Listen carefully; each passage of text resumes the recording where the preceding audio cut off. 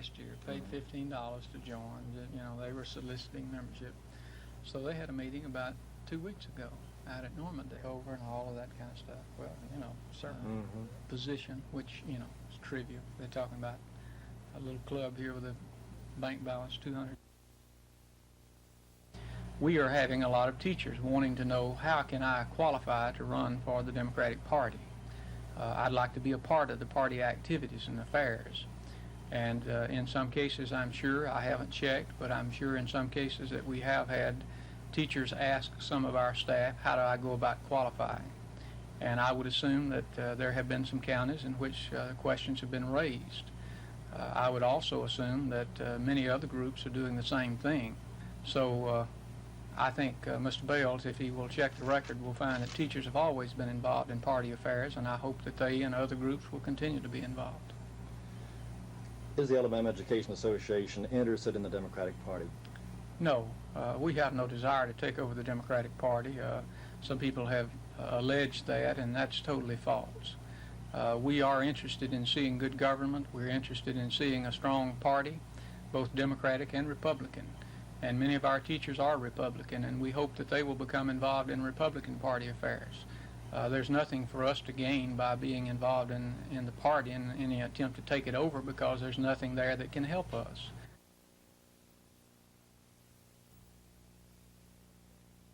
As Judge Phelps points out in his order, there are 94 people on the ROR program now.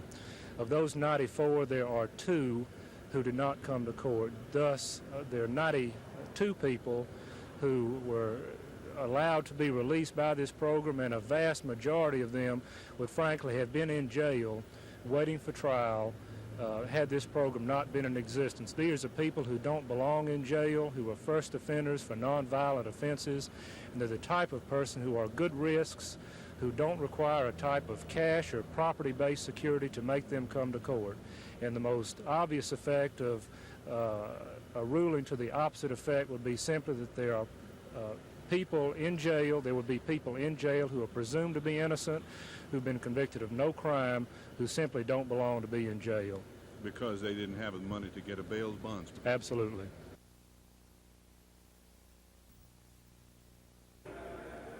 This is the story from what we've been able to piece together from various sources here in the state capitol. The story is that Governor George Wallace is still trying to decide what he's going to do about running for the Senate seat vacated by the death of Jim Allen. We're told that the governor gave serious consideration in numerous discussions with staff members yesterday. We're told that there was no set meeting with smoke filling the room, but that at various times during his workday, he discussed whether or not he should run with staff members. We're told that at one time there were 2 members of his staff in the room with him, and at some times there were 3, and at some times there was 1 member, and he asked what should he do. At this point, the governor has not made a decision on what he will do, and we are told it may be a long time, maybe up until July 7th, which is the last filing date for candidates to run in the November general election. It's also reported to us by a reliable source that $150,000 remain in a Senate campaign fund for George Wallace. We are also told that Wallace can transfer those funds to a new Senate campaign if he decides to run. A family member of the Wallaces says that George Wallace is a man who takes a long time to make up his mind. Sometimes he decides to do it, and then he'll change his mind and say he's not going to do it. They said that he may wait until midnight on the last day to decide what he's going to do. This is Norman Lumpkin, WSFA TV News at the state capitol.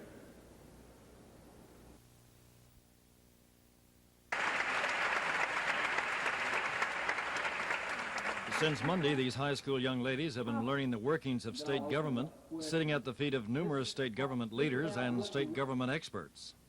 The function of the Speaker of the House was explained at a session today by Joe McCorkadale's executive assistant, Hal Bloom. The Director of Girls State, Lucy Jordan, said this year's session was the largest to date, with 28 more high schools sending representatives. It's a full week of activity and enthusiasm. Today, the girls elected county and state officials. Wandy Johnson of Highland Home was elected Attorney General. Laura Norton of Fort Deposit was elected Lieutenant Governor.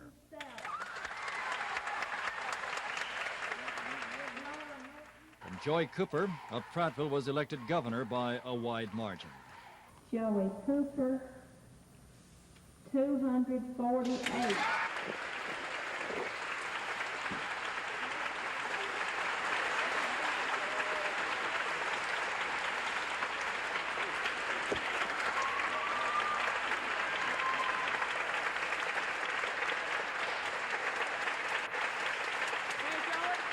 Miss Cooper is the daughter of Mr. and Mrs. Melvin Cooper. Her father is the executive director of Alabama's Ethics Commission. George Mitchell, WSFA TV News.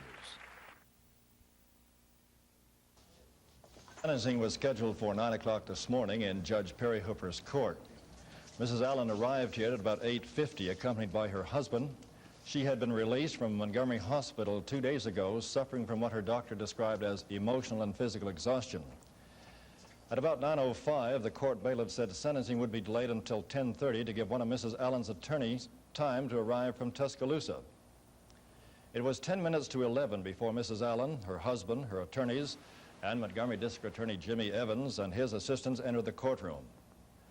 Judge Perry Hooper asked Mrs. Allen, the defense and prosecution, to approach the bench. Hooper then asked, "Melba Allen, do you have anything to say before sentencing?" Replied Mrs. Allen, "Yes, sir, so help me God, I'm not guilty." Her attorney, Doyle Fuller, his arm around his client, told the court the state lost nothing with Mrs. Allen in office. 5 minutes later, Judge Hooper handed down the sentence. Melba Allen, the court sentenced you to 3 years in the state penitentiary. Court dismissed. It was all over, at least in the courtroom, but then Mrs. Allen had some more to say. Yes, I want to take this opportunity to thank the many hundreds of people all over the state who have prayed for me and who believe in me. And I certainly do not feel ill toward anyone. For 23 years, I've prayed about all my decisions, and I believe that God will turn anything into something good. And my conscience is clear, and I appreciate all of you. What's your reaction to the verdict?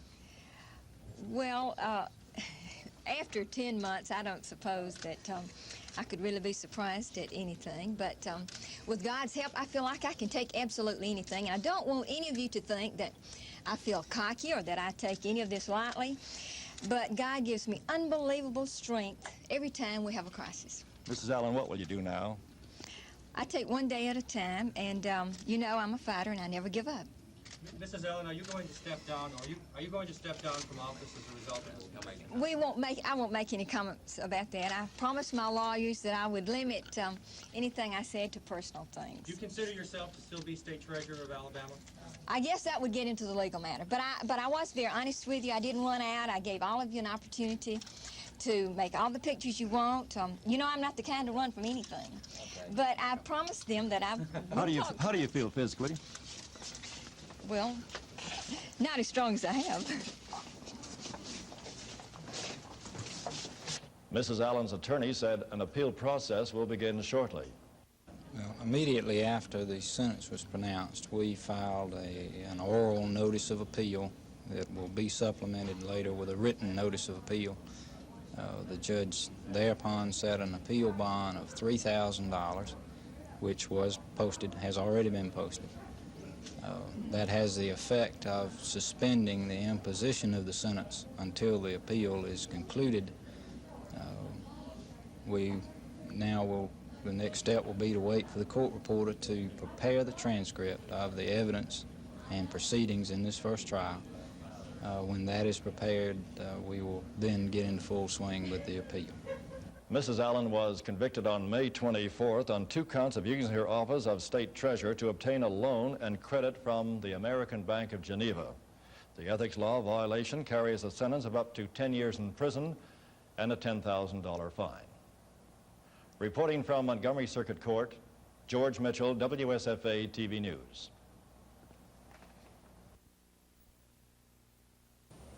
Members of the governor's staff filed the motion with the High Court just about 2 hours after Judge Hooper sentenced Melba Allen.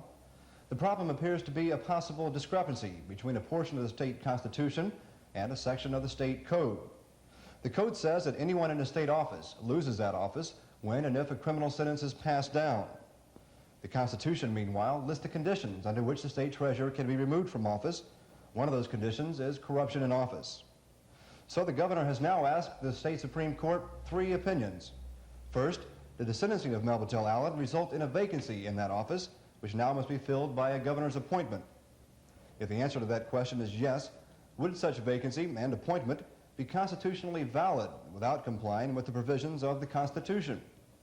And thirdly, if the answer to question 1 was yes, does the Constitution establish an exclusive procedure for the removal from office of the state treasurer? Requests such as this one are usually given high priority by the court. But first, the justices must determine whether the matter is constitutional and therefore applicable under the court statute. A decision on the matter could come as early as tomorrow. And if the court does decide that Melville Allen must be removed from her office, Governor Wallace must then appoint someone to serve out the remainder of the term. Already there are at least 5 candidates who are waiting in the wings. They are Annie Laurie Gunter, a longtime Wallace ally; Don Gilbert, a Wallace aide; Charlotte Dominic, the wife of a former state senator; and former state representative Pete Matthews. And also, Senator Ted Little has asked that he be considered for the position of state treasurer. From the state Supreme Court, Dave Rickey, WSFA TV News.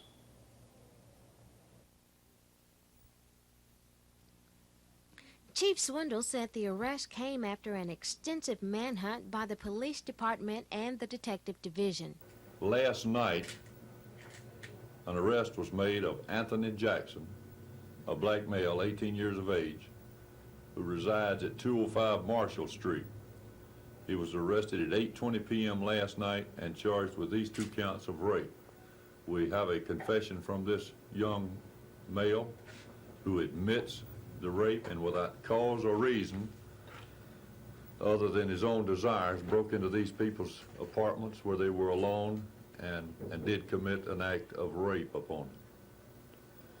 This is a great increase. The past weekend we've had 4 assault to ravish in this city, plus the 2 actual rapes that we've had, down to the age of 4 years of age, where a man went into a woman's home, ran her off, and attempted to ravish her 4-year-old daughter while she was out seeking help. He said a mobile precinct unit is now in operation in the Cloverdale section to help prevent the rash of purse snatchings that began in that area about 3 months ago. We have a mobile precinct station set up at the corner of Cloverdale Road and Cloverdale Park. There's going to be some police officers. There's going to be some police dogs. They're going to be walking police patrolmen in this neighborhood in an effort to stop this rash of attempts of burglary and other harmful acts upon these elderly citizens. The chief said the only way to reduce crime is to get involved through the secret witness number or through calling the station directly when you witnessed an offense. Since the beginning of the year, there have been 15 reported rapes and 10 reported assaults. Janet May, WSFA TV News.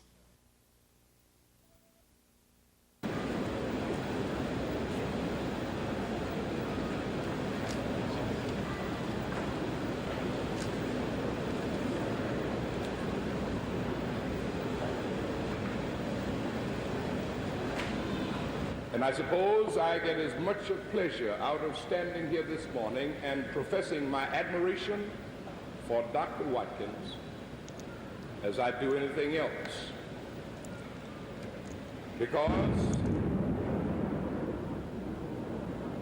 Because he is a part of a receding group of black leaders who still feel and know that an institution like Alabama State has a bigger job than merely educating people. Alabama State has the job of training and grooming great leaders of the future. A loser, you know, if I stay here 60 years and then I lose my place for $2,000. But thing like this just slipped up on me, you know, off guard by me not knowing. It slipped up on me. Lonzie Randolph Sr. ponders the end of his way of life in Alabama. A Sumter County court has attached his property. The judgment grew out of a traffic accident his son was involved in. Lonzie Jr. never told his father about the accident or the court summons he didn't understand and didn't answer. So the Randolphs had just 5 days left to raise $2,067.50, or the 95-acre farm that has been in this family since 1888 would be auctioned off to the highest bidder. Billie Jean Young of the Federation of Southern Cooperatives directs a legal services program for the rural poor. Well, one of the problems is our people do not all the time understand when they receive legal papers, whatever, exactly what is involved. And many times inaction is what causes these matters to take place. And by the time the case finally gets to a lawyer, many times it is too late.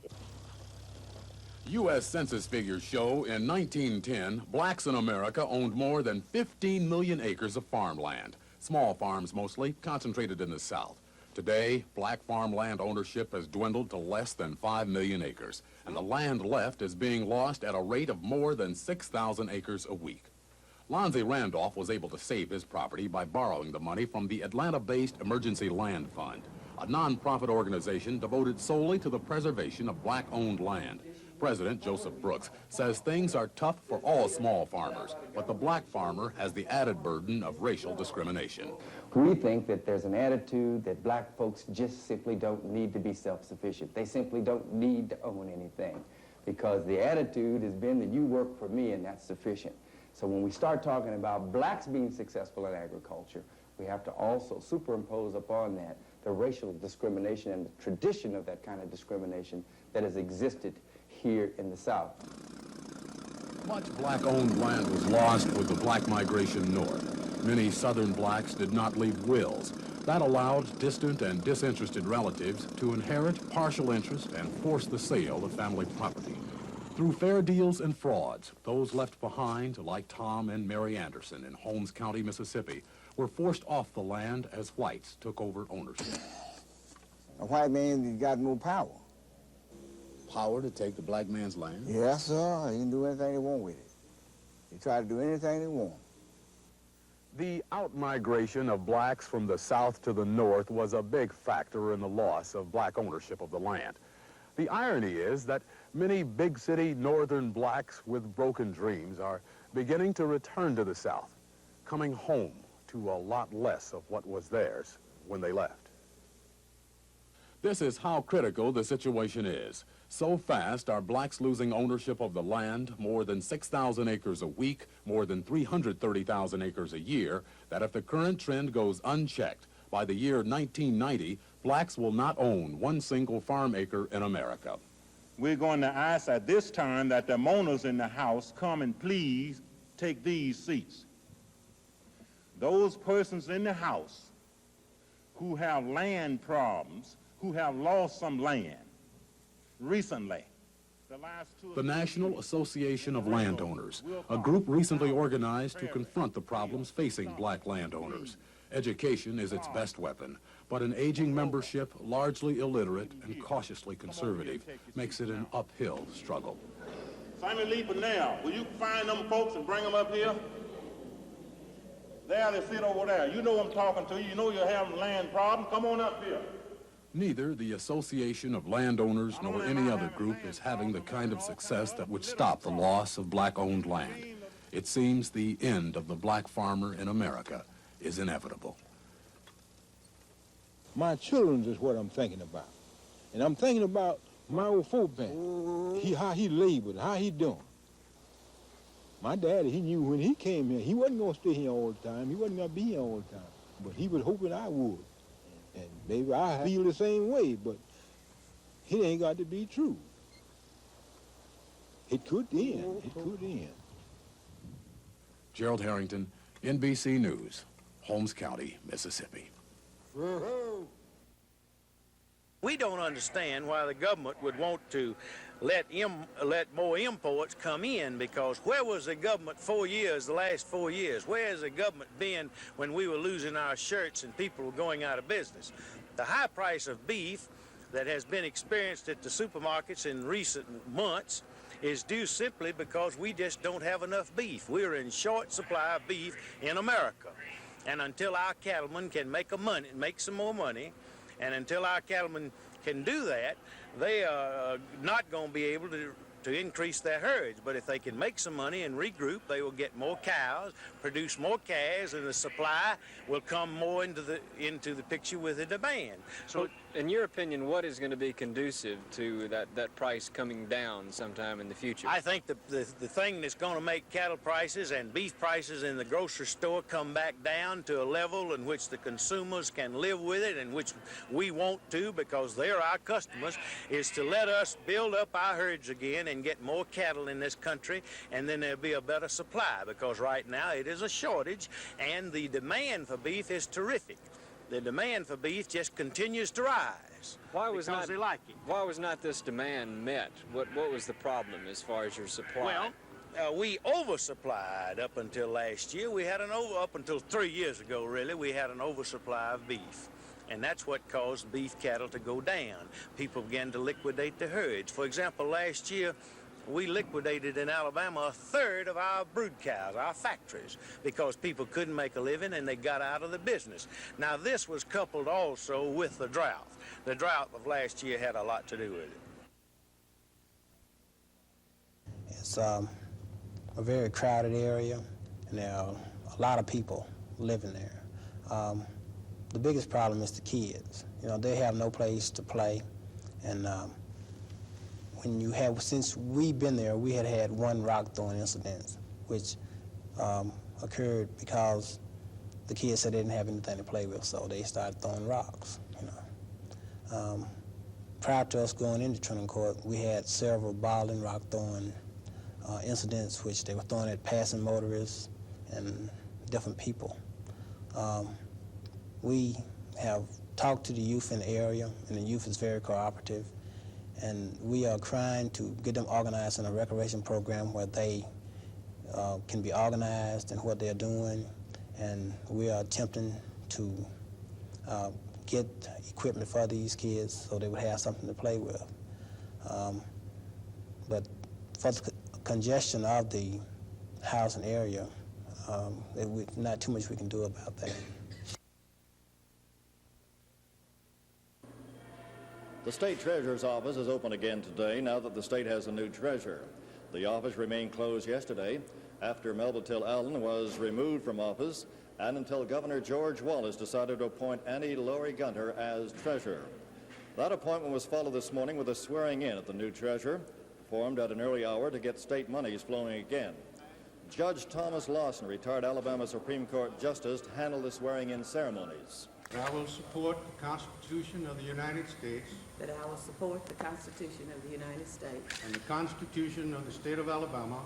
And the Constitution of the State of Alabama. So long as I continue a citizen thereof. So long as I continue a citizen thereof. And that I will faithfully and honestly. And that I will faithfully and honestly. Discharge the duties of the office. Discharge the duties of the office. Upon which I am about to enter. Upon which I am about to enter. To the best of my ability. To the best of my ability. So help me God. So help me God. Mrs. Gunter was the first woman member of Governor Wallace's cabinet when she was appointed coordinator of the Office of Highway and Traffic Safety in 1971. Then in 1972, the Office of Consumer Protection was created, and Mrs. Gunter was named director of that office. Mrs. Gunter has some of her own ideas on how the Office of State Treasurer should be run, and here are some of them.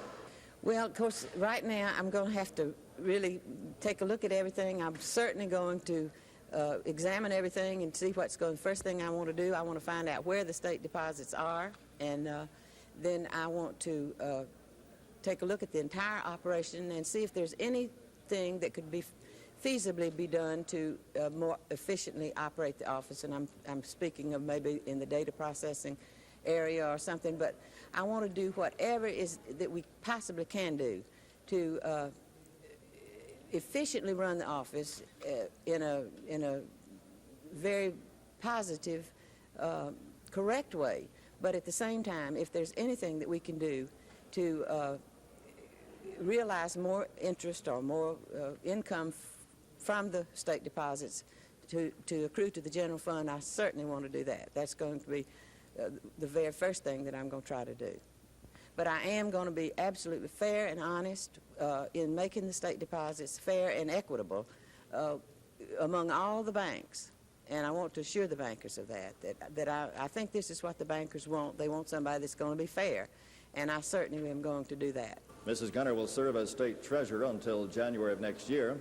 She says she will seek a 4-year term in the Democratic primary.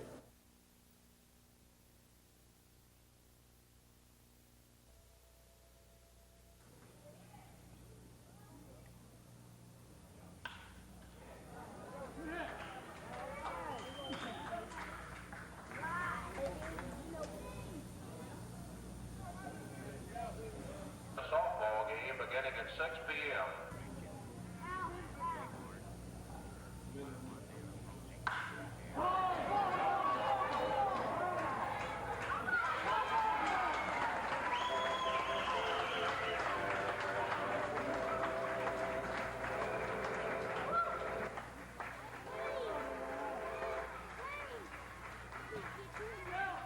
You won't be able to get back in if you go out. Look over.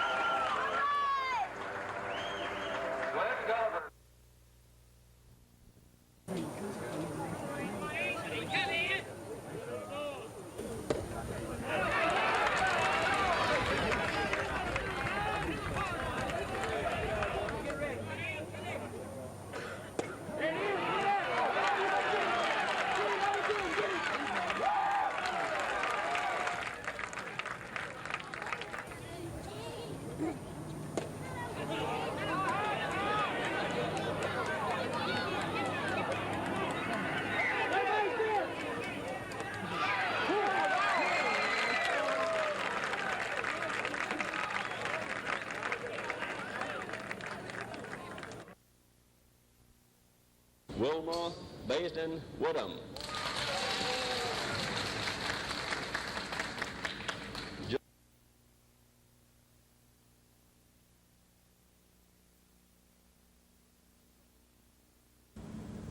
Today, many individuals and groups espouse a no-growth philosophy, stoutly advancing the concept of flash freezing our economy and our society exactly as it is today. I have a marvelous cure for that individual. Let him visit a low-income farm family such as the one on which I grew up and tell them that he bears glad tidings, that they're going to stay exactly as they are forever. I guarantee you that the authorities will shortly thereafter notify his next of kin to claim his remains. We have fallen into a new low in productivity in the U.S. because we have lost that awareness of just what benefits productivity bears in its wake. Lower prices, more jobs, availability of more goods to more people, a lid on inflation, and a higher standard of living for all.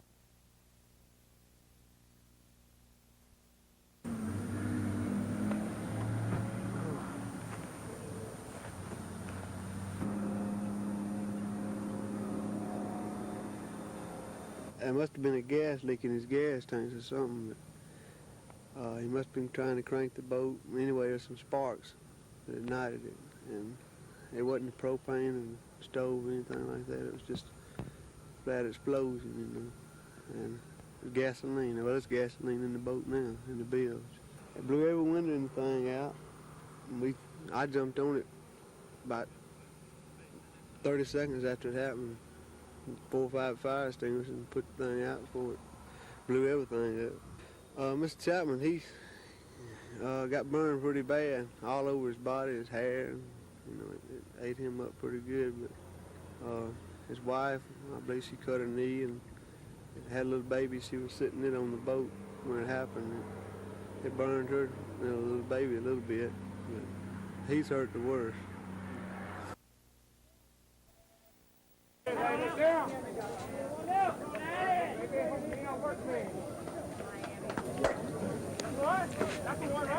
Hey,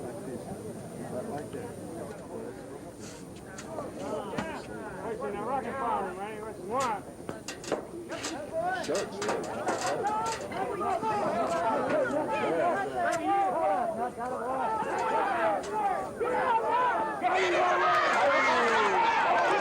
know, in baseball, it's going to take probably 2.5 to 3 hours to, for a pitcher. And then in softball, we only play in probably an hour and 30 minutes. And I think the difference is the baseball pitchers, they pitch more pitches than the softball pitchers.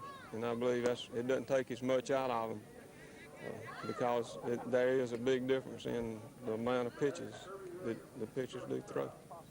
Seems like a lot of softball pitchers just get better with age. Why do they have that longevity as opposed to the hardball pitcher? Well, it goes back to, the competition and all, and being competitive. I've pitched for about 16 years, and as long as you're out having a good time and fighting with the competition and all, that's what it's about now. Having a good time and just being competitive. That's what I strive on. To a lot of people sitting watching the games, it looks like the softball pitcher, the fastball pitcher is just trying to blow it past the batter every time, but there's a lot more strategy to that, isn't there? Yeah, a lot of this day and time, the softball hitters, they have progressed, smart pitchers, I like to feel guys out, watch how they stand at the plate and move the ball around on them, move it, work them down and, throwing drop balls to them, moving it down on the corners of the plate, and I put it up tight into them and away from them and this type thing and all, and change pace on them and all. As good as the hitters are and all, if you don't do that, then the odds are you're going to get bummed a few times, And the thing is winning. That's what I go on. I move the ball around on the guys and try to think them and all, A lot of hitters go up trying to guess what a pitcher's going to throw and all. And to me, if I can catch a guy trying to guess what I'm going to throw, I don't think he can ever touch me. How many different pitches do you have? I throw a rise ball, a drop ball, and a change of pace. What do you consider your best? My strikeout pitch I throw mostly is the rise ball and all. I move it around down there on them. I make it go up. But real good hitters and all, you have to move that ball around because they jump on that, on the rise and all. Are you trying to strike out every batter you face? No, in different situations, sometimes you have to go for a strikeout and all. When against real good ball teams and all, you got late in games and you get people on the bases and all, and you hadn't got any outs and all, then you have to kind of start going for the strikeouts. And sometimes it doesn't always work out that way, but you do have to go to them in certain situations and all. And I do it.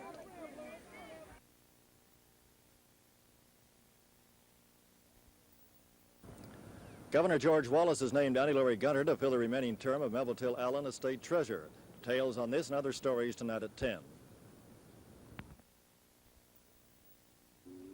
As interim state treasurer, Annie Laurie Gunter will serve the remaining 8 months of Melville Till Allen's term. Mrs. Allen was ousted as state treasurer last week after being convicted of a felony using her office for personal gain. Mrs. Gunter is the first woman member of Governor Wallace's cabinet. She was appointed coordinator of the Office of Highway and Traffic Safety in August of 1971. When Governor Wallace created the Office of Consumer Protection in March of 1972, he asked her to become the director of that office, the position she now holds.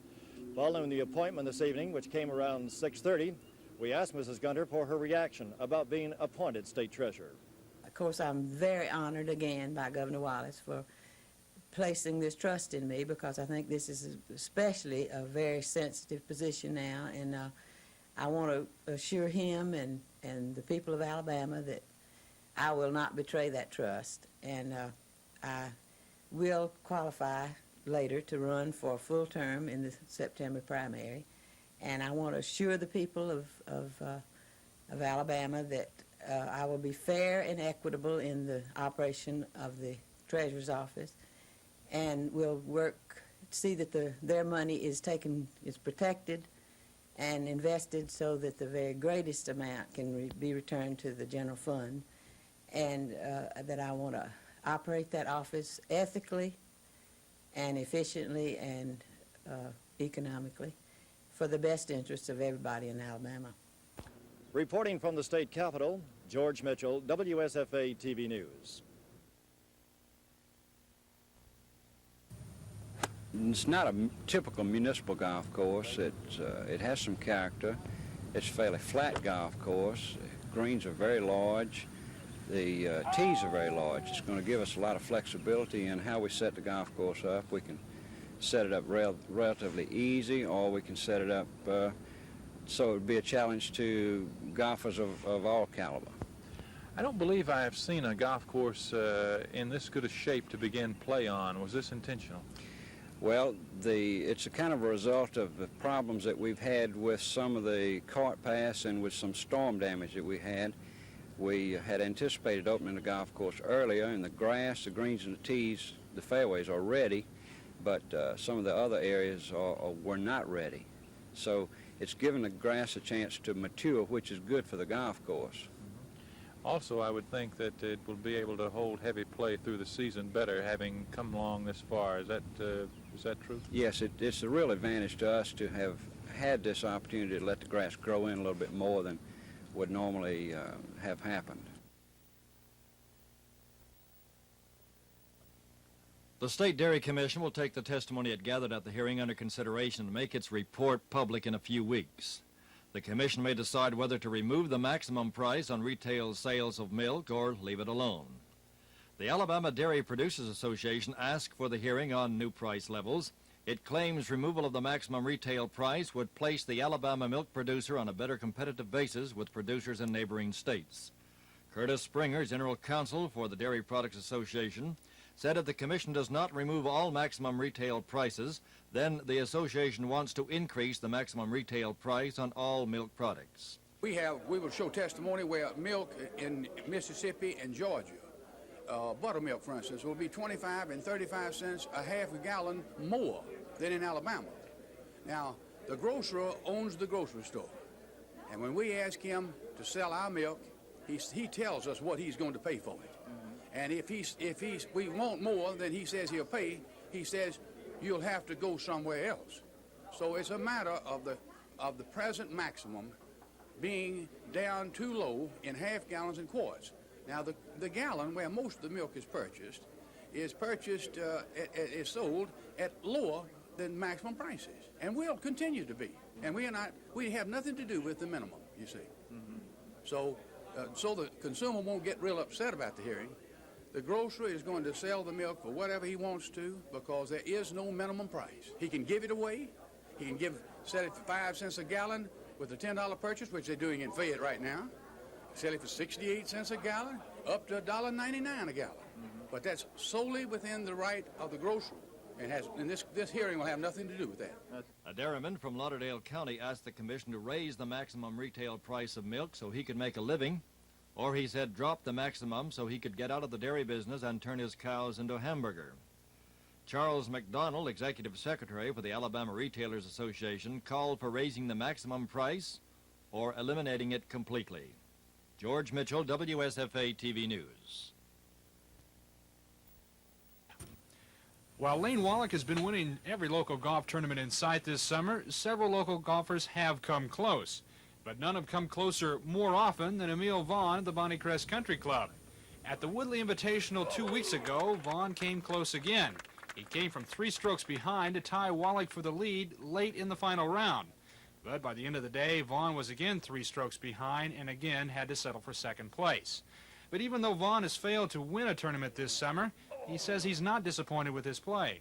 I don't really think I've played that bad. It's just that Lane has played that good. He's been putting real well, and he hits the ball tee to green as good as anybody, but that putting makes a difference, and that's what he's really doing. Think he's got a little edge on experience over you? Definitely. That is a big edge.